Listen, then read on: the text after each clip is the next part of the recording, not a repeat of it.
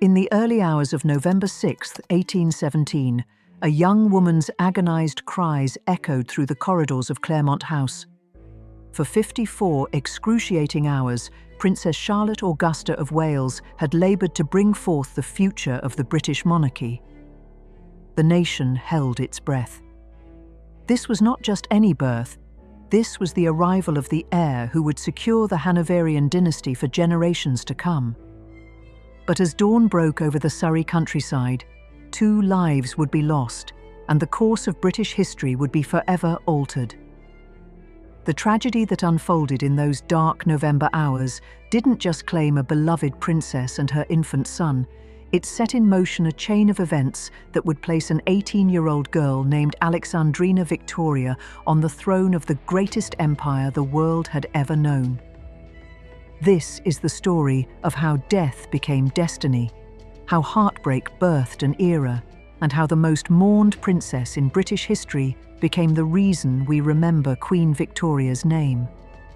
Today, we journey back to a time when the British monarchy teetered on the edge of extinction, when the death of one woman triggered what historians call the royal marriage race, and when the fate of an empire hung in the balance.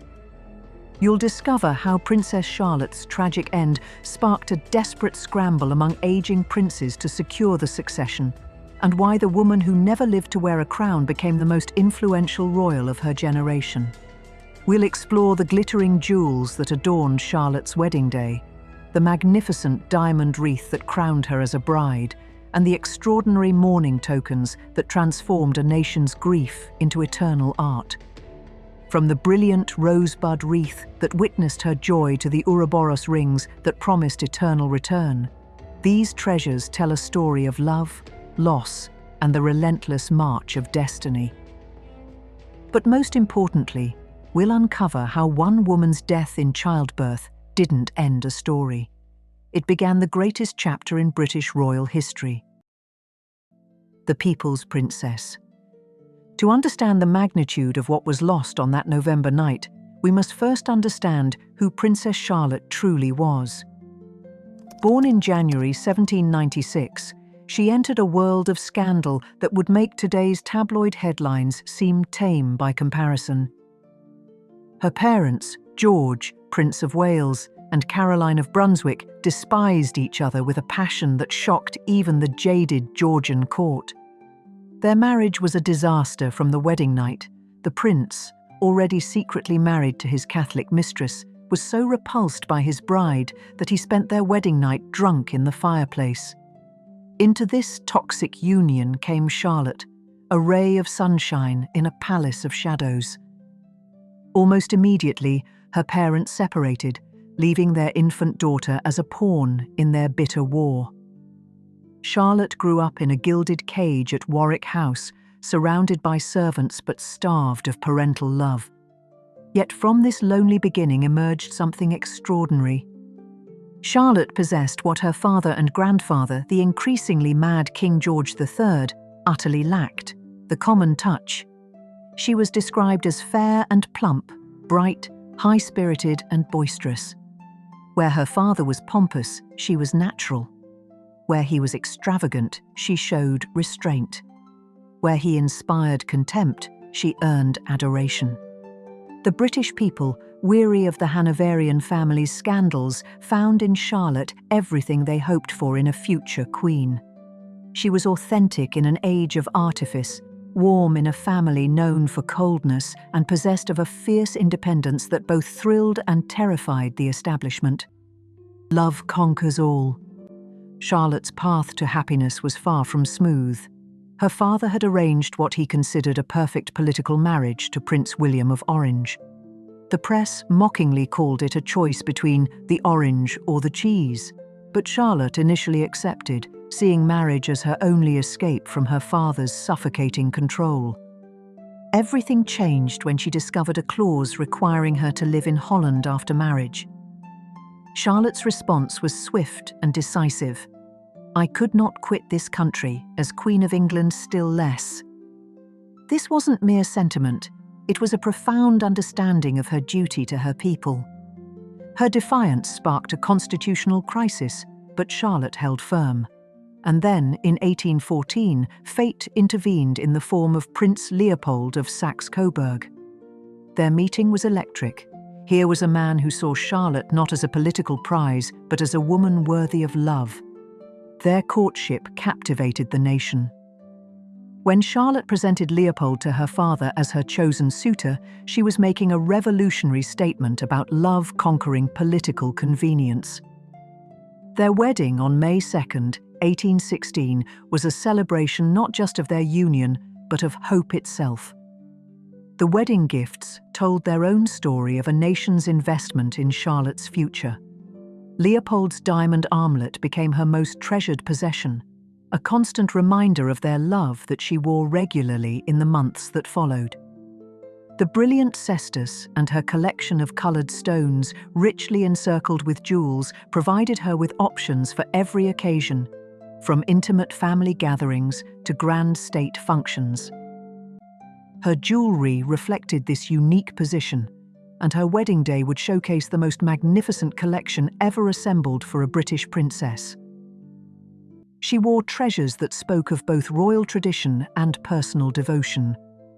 Upon her head sat not a traditional tiara, but something far more romantic, a beautiful wreath composed of rosebuds and leaves crafted entirely in superb brilliance.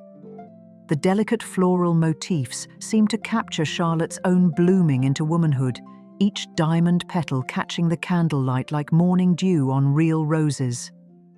This wasn't the heavy formality of a crown, but something that spoke to her natural, authentic spirit. Around her throat gleamed a necklace of extraordinary beauty, a single row of large brilliants of the finest luster, each stone perfectly matched and blazing with fire. The accompanying drop earrings created a symphony of light that framed her radiant face. But perhaps most touching of all was the rich diamond armlet presented by Prince Leopold himself, a personal gift from bridegroom to bride that she would treasure above all her other jewels. The newlyweds settled at Claremont House in Surrey, creating what observers called a happy married life that stood in stark contrast to the dysfunction surrounding them. Their domestic bliss was revolutionary in a family known for bitter feuds. Here was a royal couple who genuinely enjoyed each other's company, who represented everything the monarchy could be. The darkest hour. The news of Charlotte's pregnancy in early 1817 sent waves of joy across the kingdom. After years of uncertainty about the succession, here at last was the promise of continuity. The markets responded with optimism. It was reported that the birth of a princess would boost British stocks by 2.5%, while a prince would drive them up by 6%. But Charlotte's pregnancy carried shadows.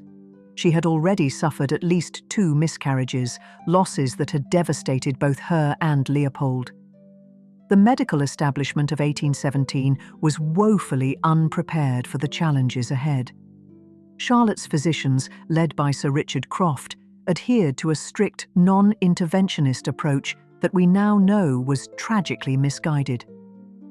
The labour began on the evening of November 3rd, 1817. What followed was a medical nightmare that would haunt the nation for generations. For 54 agonizing hours, Charlotte endured contractions while her physicians refused to intervene. The baby, a large boy, was in a transverse position, a complication that modern medicine handles routinely but that proved fatal in 1817. Sir Richard Croft's adherence to his philosophy became increasingly desperate as the hours wore on. He refused to use forceps, refused to consider any surgical intervention, and maintained his course even as it became clear that both mother and child were in mortal danger. Contemporary accounts describe Charlotte's suffering in heartbreaking detail. She was denied food, weakened by bloodletting, and left to endure unimaginable pain. Yet witnesses reported that she maintained her courage and dignity even in her darkest hours, asking after Leopold's welfare and expressing concern for her physician's distress. When the stillborn prince was finally delivered on November 5th, the immediate crisis seemed to have passed. Charlotte appeared to be recovering, even managing some conversation. Leopold, exhausted from 2 sleepless nights at her bedside, finally accepted a prescribed opiate and fell into deep sleep. It was then, in the early hours of November 6th, that catastrophe struck. Charlotte suddenly began vomiting violently and complained of severe abdominal pain. Within minutes, the princess who had been the hope of a nation was fighting for her life. In her final moments, Charlotte reached out to Baron Stockmar and managed to whisper, "They have made me tipsy," a reference to the port wine she had been given for strength. These were likely her last coherent words. By 2:30 a.m. on November 6, 1817, Princess Charlotte Augusta of Wales was dead, taking with her the future of the British monarchy. A nation's grief becomes art. The news of Charlotte's death struck Britain like a physical blow. Early bulletins had assured the public that while the baby was lost, the princess is safe. The follow-up announcement that Charlotte herself had died sent the nation into grief so profound it defied description. This wasn't merely the loss of a royal, it was the death of hope itself. Charlotte had represented everything the monarchy could become: young, vibrant, connected to her people, and free from the scandals that had tainted her family for decades. The public reaction was unprecedented. Lord Liverpool, the Prime Minister, broke down sobbing when informed. In London, crowds gathered in stunned silence before breaking into wailing lamentation. The poet Percy Shelley wrote of a great cloud of sorrow hanging over the land. The funeral on November 19, 1817, became a massive state occasion marked by profound solemnity. At Charlotte's own request, her body was placed in the coffin with her stillborn son at her feet, mother and child together for eternity. The economic impact was staggering. Courts, shops, and factories suspended business. The demand for black mourning cloth was so great that drapers ran out of stock, and even the poorest citizens tied scraps of black crepe to their sleeves to participate in the national bereavement. But perhaps the most poignant response came from the jewellery trades. The profound public sorrow fueled unprecedented demand for mourning tokens. These weren't mere commercial products, they were tangible expressions of a nation's grief. Among the most symbolic pieces was a distinctive ring featuring a miniature portrait of Princess Charlotte set within a gold ouroboros, a snake eating its own tail. The ring's band was enamelled in black and white with the inscription, "In memory of Princess Charlotte, 1817", and the ouroboros had a diamond for an eye. The choice of the ouroboros was deeply meaningful. This ancient symbol of eternal return and renewal transformed the ring from simple loss into enduring hope. It suggested that while Charlotte's life was cut short, her memory and influence would continue in perpetual cycle, an enduring legacy for a nation that had invested its dreams in her future. The royal marriage race. Charlotte's death created a succession crisis that threatened the very survival of the Hanoverian dynasty. She had been King George III's only legitimate grandchild, despite his having 15 children. The irony was not lost on observers. A dynasty famous for its prolificacy had failed to produce a single living heir in the next generation. The situation prompted what historians call the royal marriage race, a desperate scramble among the king's unmarried sons to secure the succession. Princes who had lived contentedly with their mistresses for decades suddenly found themselves under royal command to dump their long-term mistresses, marry, and start breeding sharpish. Prince Edward, Duke of Kent, emerged as the most proactive participant. While in Brussels, he read a London editorial urging royal marriages and immediately took action. He dismissed his longtime mistress and proposed to Princess Victoire of Saxe-Coburg-Saalfeld, who happened to be Prince Leopold's sister. The connection to Leopold was not coincidental. Charlotte's widowed husband had become a central figure in European royal matchmaking, using his grief and connections to help secure the dynasty his beloved wife had died trying to preserve. The wedding took place in May 1818, just 18 months after Charlotte's death. It was a union born of duty rather than love, but both parties understood the stakes. Other royal brothers also entered the marriage market with varying degrees of success, though many of their wives suffered tragic pregnancy losses. But Duke Edward's marriage proved different. On May 24, 1819, just 2 years after Charlotte's death, Victoire gave birth to a healthy daughter at Kensington Palace. The infant was named Alexandrina Victoria, and though no one could have predicted it, this baby girl would become the longest reigning monarch in British history until Elizabeth II. Tragically, Duke Edward died of pneumonia in January 1820, when Victoria was just 8 months old. His death left Victoire a widow in a foreign land, struggling to protect her daughter's inheritance. The phoenix rises. The little girl who would become Queen Victoria grew up in the shadow of the tragedy that had made her birth necessary. Princess Charlotte's death was not ancient history in Victoria's childhood. It was a living memory that shaped every aspect of her upbringing. Victoria's mother was acutely aware that her daughter existed because of Charlotte's death. This knowledge influenced the strict Kensington system under which Victoria was raised, a regime designed to protect her from the scandals that had plagued previous generations. But Charlotte's influence went deeper than circumstance. The memory of Charlotte's authentic connection with her people, her understanding of duty as service rather than privilege, became the template that would guide Victoria's approach to queenship. The ouroboros mourning rings created for Charlotte took on new meaning in Victoria's era.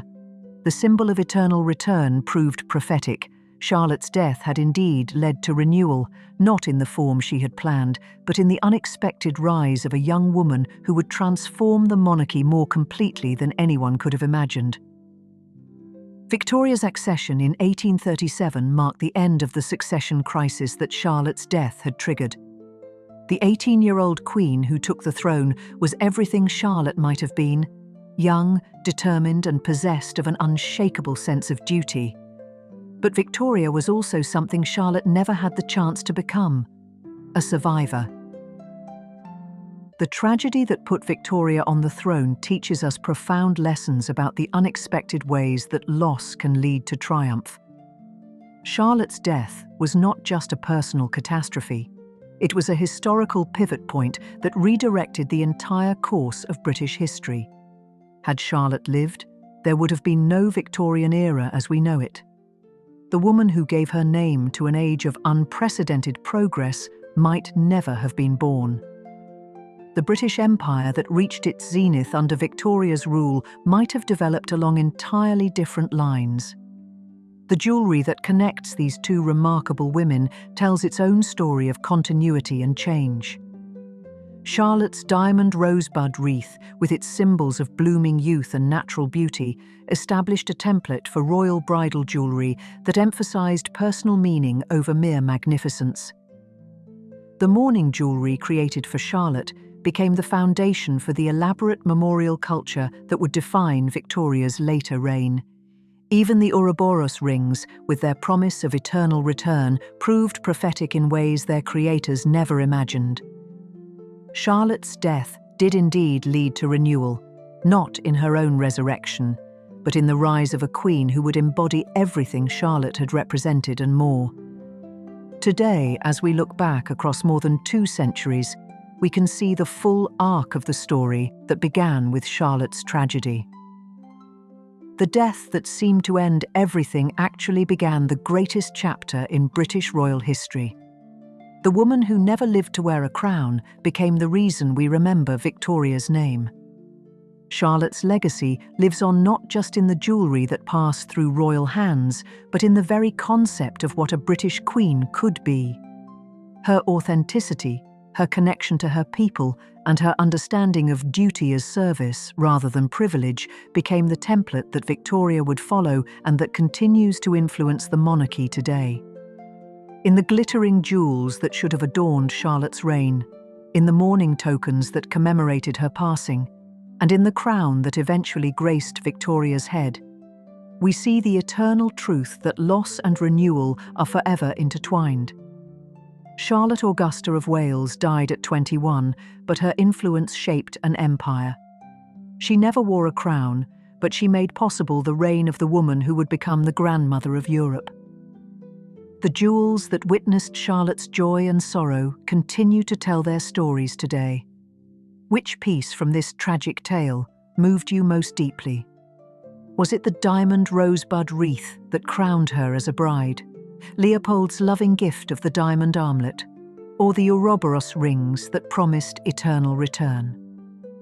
Share your thoughts in the comments below. If this journey through royal history and the jewels that carry our deepest emotions has touched you, please give this video a like and subscribe to our channel, because in the end, we are all connected by the stories we tell and the memories we preserve, just like the eternal circle of the ouroboros, forever beginning again. Charlotte's tragedy became Victoria's triumph, and in that transformation, we see the enduring power of hope over heartbreak, of destiny over despair.